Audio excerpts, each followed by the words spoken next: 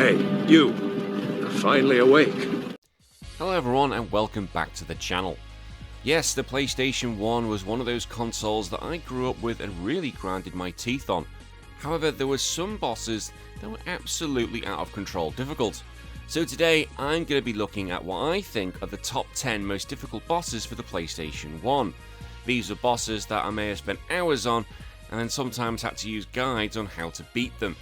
As always, I want to hear what you guys think, and if you really think I deserve it, please hit that like button and subscribe for more content. We've also got the weekly podcast, and we've got a $1 a month Patreon where you can get involved in the podcast, and you'll find the link in the description below. Right, let's get into it, shall we? The top 10 most difficult bosses for the PlayStation 1. At number 10, Adam Crawley from Nightmare Creatures. Now, Adam Crawley in Nightmare Creatures is one of the game's most memorable and brutal final bosses of the PlayStation era. Now, he is the mastermind behind the game's demonic outbreak and serves as a fast and aggressive, punishing endgame opponent who absolutely tries to destroy you with speed, unpredictability, and raw power. The whole game's been building up to this, and there's this sudden difficulty spike that surprises many players. So he is the final boss of this game, so of course it's going to be absolutely epic. And you find him as you battle through the streets of London, and unlike many other boss arenas, you find him and it's a very cramped space. And this basically gives him the advantage because he's got high mobility and relentless aggression. I just want to go home, to be honest. There's no escape, and once you get in there, it's only you versus him, and only one of you is getting out alive. The fight's so difficult because he's incredibly fast, and his attack speed is far quicker than absolutely anything in the game.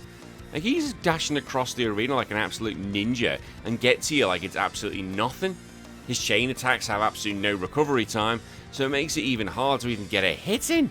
And unlike many bosses of the era, he doesn't follow a simple attack pattern. Basically, he's got fast melee slashes, sudden lunges, evasive sidestep, magical projectiles, and this unpredictability makes it very difficult to try and memorize what you're going to be doing, so basically the skill requirement goes through the roof. And the annoying thing is, these attacks do so much damage, especially if you do it on the higher difficulties. Like, if you fight even the slightly terrible version of him, you're still going to get killed within seconds. So if you make a mistake, it's goodbye, reset, use an autosave, and you're absolutely screwed.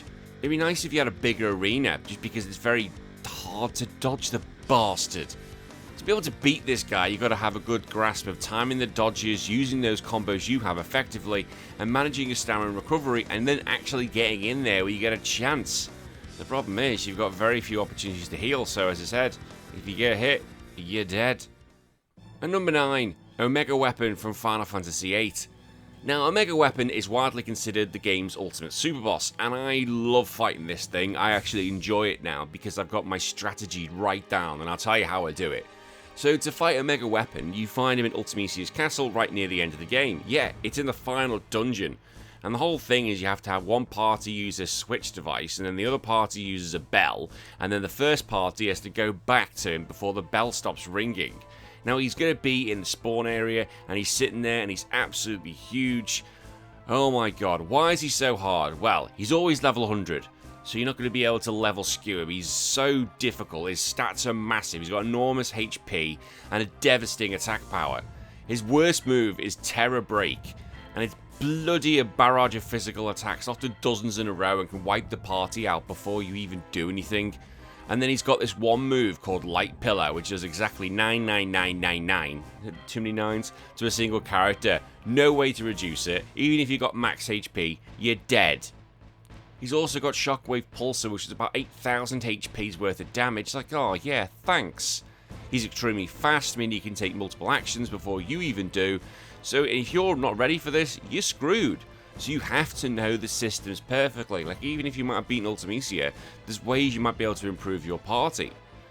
The ways I used to do this, like, I literally had this little technique, and I figured this out by myself. You can say to me now that's quite a common one. I would have Squall basically be the one to get limit breaks up, or limit breaks, you know what I mean. He'd be the one to get them going. Zell would be my recovery guy. Zell is only using recovery or revive. That's his job. Squall is only there to set up, okay? Those two are the setup characters because I set up for Renoa. Renoa's got auto haste, auto protect, auto shell. She's ready to go. I use one meltdown to reduce her defense, and then the plan is set. So what I would then do is get Renoa into her Angel Witch mode, and basically you can't control her then because she'll just keep using a random magic spell at all times. However, the random magic spell I chose was Meteor, because that would be the only one she'd have junctioned. She'd have no other magic junctioned apart from Meteor. And because she's auto-hasted and you can't control her anymore, she's attacking every few seconds and it's just Meteor, Meteor, Meteor, Meteor, Meteor. While the other two characters are there just to basically set up and just to keep making sure Renoa stays alive. Seriously, they don't even do anything. If a Mega Weapon does do an attack, that's when the recovery has to start. But otherwise, Renoa is just the sole powerhouse, and I absolutely love the fact I worked this shit out by myself. And number 7, Devil Kazuya from Tekken 2. Okay, you can make this really easy if you want to put it at the lowest difficulty setting, but put it to the highest. There's another fighting game character on here, just put it to the highest. So Devil Kazuya appears as the true final boss of Tekken 2's arcade mode. So you fight Kazuya in round 9, and then round 10 is the Devil's. Like, ooh. Now, it's not a big mystery, because Devil Kazuya had been in Tekken 1, but he was more evolved here. It's still cool to fight. Like, he's far stronger than Kazuya. Mainly he has his moveset, but the thing that makes it more difficult is the lasers. Oh my god. And he can still do more damage than Kazuya. Add the fact this game had an aggressive AI that could read the player inputs and counter attacks with perfect timing, just made it all the more fun to play. The only way you can really do this is getting close as best you can. You can't give Devil Kazuya any range, because if you do, he's just gonna laser you. That's the simple way of doing this. Like, at least at this point I had Young Kazama, so at least I knew what I was doing, and Young Kazama's my god. So I actually don't have too much problem because I've got Yun mastered. So when it comes to beating Devil Kazuya now, I'm an absolute goat. But at the time, I was using King because I didn't know what to do until I eventually found out how good Yun was. However, it's on this list because Tekken 2 does have a special place in my heart because it was the first PlayStation game I ever played. So this is the first boss I played on this system. At number 7, it's Ruby Weapon from Final Fantasy VII. Again, another infamous super boss as one of the 2 secret bosses in this game. And look, for me, I didn't know anything about Ruby Weapon, and I found Ruby Weapon in the Coral Desert. It appears as this red wiggly thing in Coral Desert, and yes, I did the stupid thing and went over there thinking it was someone who needed help, and then it pops up and shit. Oh crap, what have I got myself into? Now, the way this boss starts is very, very difficult. If you have 3 characters on the field and they're all alive, well then he'll get rid of 2 of them straight away, and you're like, oh, okay, that's not fun. So you actually have to start this battle with 2 characters KO'd, which I've never seen before in gaming. And at that point, Ruby goes, can't touch them, can't touch this, because apparently KO characters can't be fucking touched for some reason. And he puts his claws into the ground, and hey ho, the battle truly begins, and then you obviously recover people. The thing is with Ruby Weapon, it has some of the highest defensive stats in the game. It uses powerful moves like Ruby Flame and Ultima, and can wipe out the party if your magical defense, HP, barrier aren't even optimized. He has rapid counters, punishing retaliation. So yeah, get ready for this game, it's an absolute pain in the arse. Now I've finished this, and Ruby Weapon isn't too bad if you know what you're doing, because players often use builds such as like Knights of the Round with W Summon, Final Attack and Phoenix, and over-leveled Mime Chains, like if you know, you know. But having to go into this fight with 2 of my characters KO'd is something I'd never experienced before, and something I don't think I'll ever experience again. At number 6, Guildenstern from Vagrant Story. Yeah, he's one of the toughest enemies in the game, and especially the later ones with the major difficulty spikes. This challenge comes as a combination of fast-paced melee combat, strong magic, and the fact he's designed as a full mastery of the game's systems. So Guildenstern is heavily armoured, he's got high physical defense, strong resistance against slashing, piercing and blunt, so basically all the shit you want to do. And he's got very high human affinity, which means most of your weapons will do very low damage unless you've actually focused on a human killer weapon. So players who have been crafting and rebalancing their affinities often see their attacks hitting for single-digit damage, which would make me absolutely cry. The bastard always likes to use Cure as well, which basically gets rid of all the progress that you've even done. It's like, holy god, I've got shit to do. He's got offensive spells, divine spells, which hit extremely hard, and he can one-shot you if your HP is low, so you need to make sure that you're constantly healed, or you're screwed. And aside from magic, he isn't just a slow tank, he's got fast aggressive swordsmanship attacks. He comes at you fast, don't clip that. He's able to track your movement, he punishes you for being too close. He's an absolute arsehole. And this battle can be long, which means that the pressure's going to be on. Like, the way he can basically make sure that you're using good chain timing, you're using the correct spells, the timing, the control over your risk, the dodge positioning. Bloody hell. Add to the fact you got to fight him a few times, but in the final battle, he gains access to holy element spells like Regal Radiance, he's got higher speed, massive MP. Like, thanks. I don't need him to have any more buffs, thank you very much. Pain in the arse dick. And number 5, Ragu o Regulia, there's a mouthful, from Wild Arms 2. Now, Ragu o Regulia is located in the Forbidden Ruins, and he's an optional boss, so you don't need to go anywhere near this, because it's an optional dungeon. But only go at this if you actually know what you're bloody doing. He's got extremely high HP and defensive stats, and with that massive HP pool, far beyond normal bosses, meaning the fight's going to drag on for absolutely ages. He has 100% orange, his devastating attack, which can wipe out an entire party, as it does non-elemental damage to everyone, and even a high level team can be absolutely bumfucked if they're not properly prepared. To survive this move, you've got to make sure you've got strong defensive stats, the best armor available, buffs, HP enhancing personal skills. It's literally one of the most deadliest moves in gaming, and he keeps using it a lot, the arsehole. And apart from that, he's got high speed, frequent turns, he likes to act quickly, giving him multiple opponents to attack before even the slower characters can even do anything. This game has a heavy reliance on endgame strategy and your personal skills. But basically, this shows whether the player's actually been properly customizing their skills, has fully upgraded arms, built optimized guardian junctions, and collected top tier equipment. Because if you haven't, you're going to be screwed. He's even got normal physical attacks which can knock out characters in 1 or 2 hits, which make defensive buffs like Protect, Mystic with helpful items, and the strong armor you probably collected through the game absolutely goddamn essential. He's resistant to most elements, so don't even try and burn the bastard. And the problem is, because this fight can take so long, it means it can often drain your MP, your healing items, your force levels, consumables. This is just resource management, more of a boss of attrition, or a war of attrition I should say. But good luck to you if you could do it. And number 4, Emerald Weapon from Final Fantasy VII. Again, like Ruby Weapon, it's an optional super boss in Final Fantasy VII, my favourite game of all time. Now, the first time I saw this thing was when I was going in the submarine. And when you get there and you go around the world, you see it and you're like, oh shit, I am staying clear of that. The funny thing is that you don't know where he's going to appear, so sometimes you could actually just go down the sub and he's there and you're screwed. To make this battle even worse, you've got to have the underwater materia, because if you don't have that, you're hit with a 20-minute timer. So you've got to be hitting him fast, quickly, and if you're going to be using Knights of the Round, that's going to be taking up your time. He's got over 1 million HP, which is just stupid. And he's got signature moves like Emerald Beam and Iotam Storm. I don't know if I pronounced that correctly, I just read things. Well, I say read things, that's what it is, but I don't think it's pronounced like that. He's got 4 additional eyes, which can attack independently, and they've got like lasers, status effect, and heavy damage, so you've got to try and take them out as quick as you can. But just because the bastard's big doesn't mean he's slow. No, he'll attack frequently. Like, players have figured out how to beat this boss relatively easy. Like, essentially you can use Final Attack and Phoenix, Knights of the Round combinations, or just high efficiency counterattacks to win. Look, at the time, I struggled massively. I said, I've done it now, and I used the Knights of the Round technique. Again, I just had to figure it out.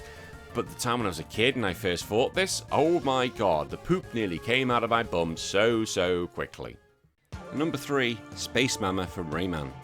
You actually fight it twice, once right at the beginning, quite an early boss, and then later on the adventure as an upgraded form.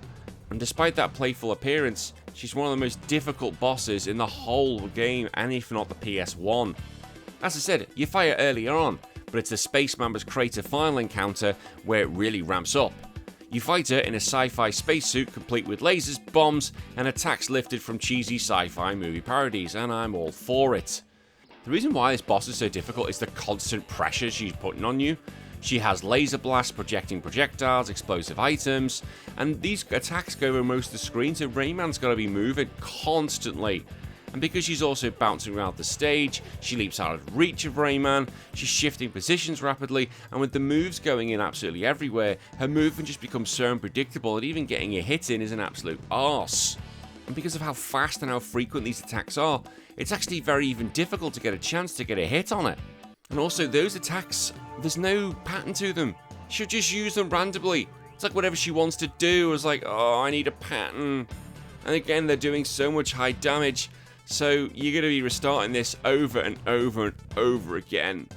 Hate the mama. At number 2 and the runner-up, it's Shin Akuma from Street Fighter Alpha 2. Ho ho ho! Oh, I hate Shin Akuma. He's a far more aggressive version of Kuma, and he's basically just there to punish even the highly skilled players. Like, to fight this guy, you've got to have absolute perfection. So he's a hidden boss, and he's not part of a normal arcade playthrough. So to fight him, there are strict patterns you've got to do.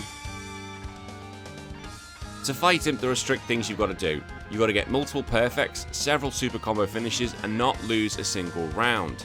So when you actually get to the final battle, Shin Akuma appears, replacing the standard last boss. He bursts onto the screen, knocks out the opponent, similar to what he did in Super Street Fighter 2 Turbo, and challenge users directly. This is essentially the darker version of Shin Akuma. I know people can say, well, there's an ultimate version. I know that. I know we can say that in Street Fighter 5, and I know that's a thing, so leave me alone. The thing is, he's doing significantly more damage. Like, Akuma was doing enough damage as it is, and he's also faster. He's got quicker moves, he recovers faster, and he's able to pressure constantly. So this is not a battle you'll be able to run away from or just take distance. I don't even think using distance tactics is even an option here. The bastard can also teleport, and because he's a modified character, he's also got reduced damage. He hits even harder than Akuma. I was like, thanks, Akuma's meant to be a bit of a glass cannon. Well, no, not this one. He's absolutely shit built up.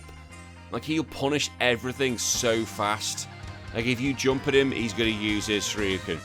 If you basically keep any distance from him, he's going to Hadouken you, or he's going to teleport in. And oh my god, does he love to use the Raging Demon move.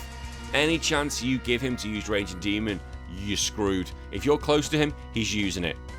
He's so hard. You need to know how this game functions perfectly to be able to do this. You really do. You need to know everything about Akuma, his moveset, and have literally become a master. And again, as I said, you can do it on the easy difficulty, but the challenge is not there unless you put it on the hardest difficulty. Absolute arsehole. Now, number 1, Ygraf from Final Fantasy Tactics. Yes, look, I understand you can say he's not that hard because you just have to grind and you'll be able to do it like most RPG bosses. But here's the rub. There is a bit of a situation here where you're not even able to grind. I found this one of the most difficult spikes in all of RPGs, in all of gaming, because it's not the second bit, it's the first bit. So it's the first solo duel against Ramza, and if you're not prepared for it, you're screwed. The problem is, if you didn't know about it beforehand, you can walk into this and you've got nothing you can do. And you can absolutely softlock because you can't go back and grind.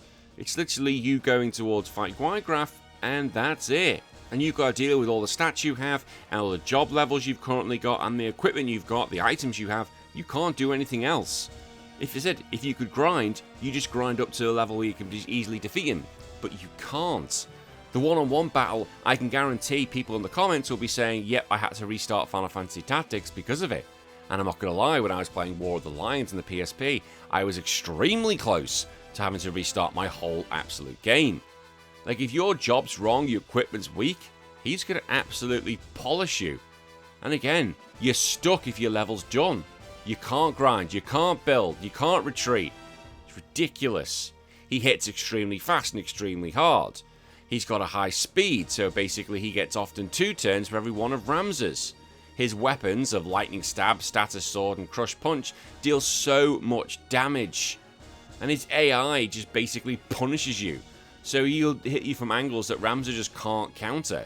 And you could sit here and go, yes, there's a harder version where he becomes Velius, but at least when he becomes Velius, or Vilius, how you want to pronounce it, you've got the rest of your team around. But before then, the one-on-one fight is what absolutely screws you.